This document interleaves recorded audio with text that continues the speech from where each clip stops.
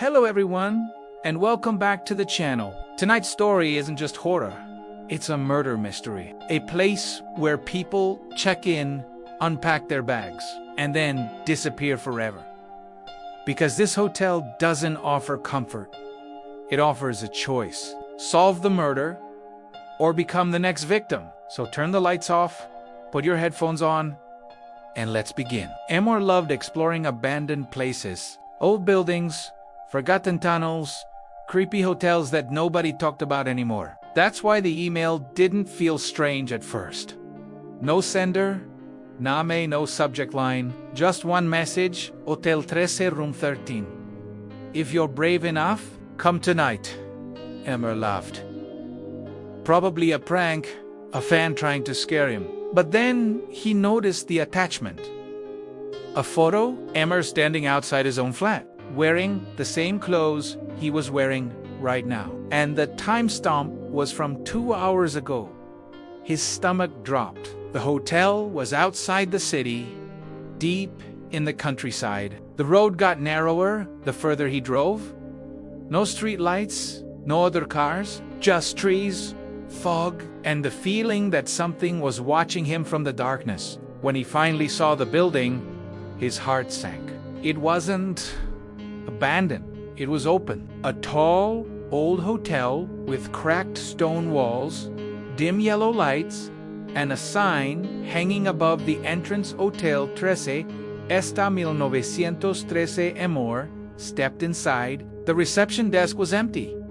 No music, no staff, not even a security camera.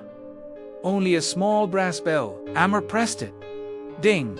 A moment later, an old man appeared from the back. His face looked pale, almost gray. His eyes were open, but they didn't feel alive. The man stared at Amor for a long time, then asked calmly, "Room number?"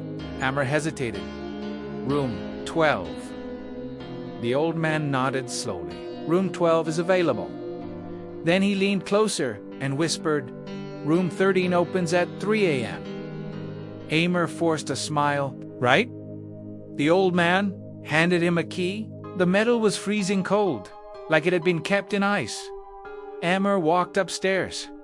The corridor was long and narrow. The wallpaper was peeling. The carpet smelled damp. But the strangest thing was the wall. Frames. Dozens of them. Photos of guests. Each photo had a name and a date underneath. 1913, 1920, 1944, 1998. Amor kept walking. Then, eso italiano. A frame with a date, 2026. The photo showed Amor.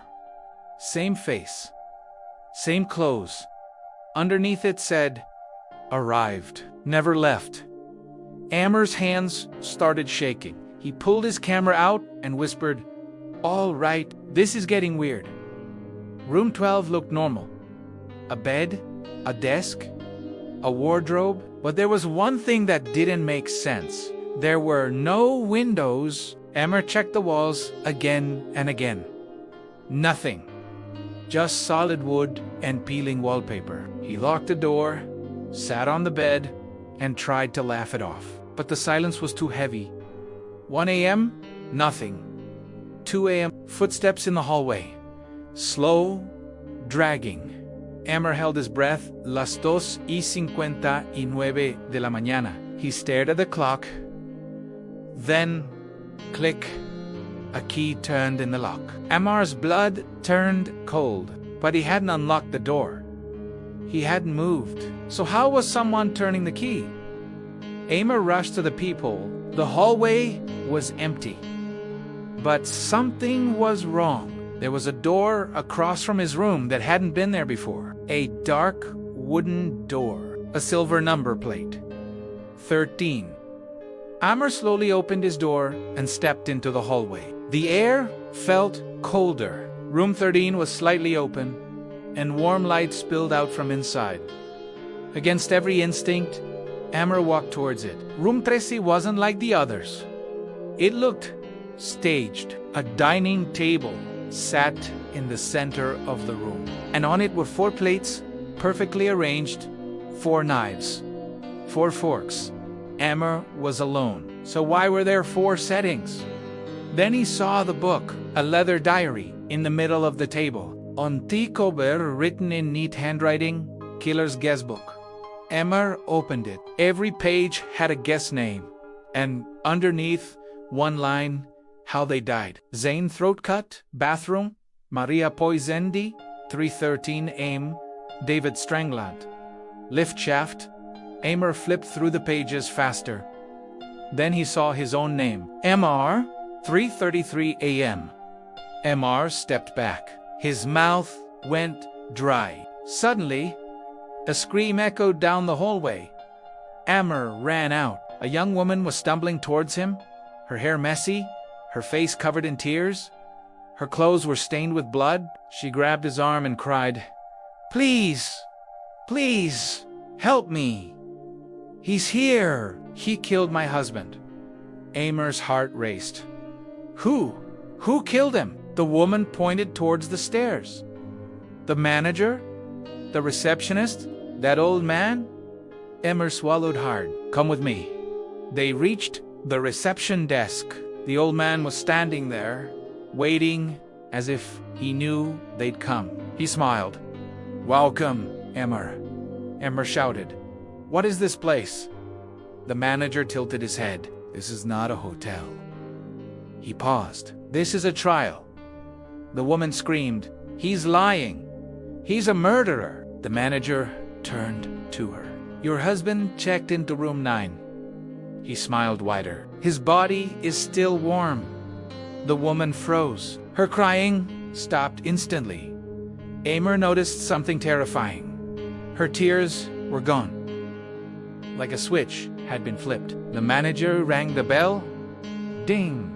And suddenly, the front doors slammed shut. The hallway doors locked. Emmer rushed to the exit. It wouldn't open. The manager spoke softly.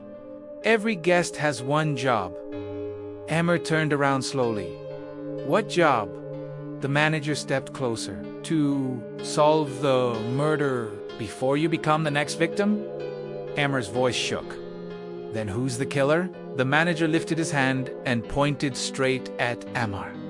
"You are." Emmer laughed in shock. No, I'm not." The manager didn't blink. "You just don't remember yet." Emmer backed away. "That's insane." Then the woman behind him spoke. Her voice was calm now. Not scared, not crying, almost amused. She whispered, "Finally." Emmer turned to her. "What?" She stepped closer and said, "You always forget." After you kill, Emmer felt dizzy, like the air had thickened. He grabbed the desk for support. The manager leaned in. "Room 13 doesn't show you ghosts."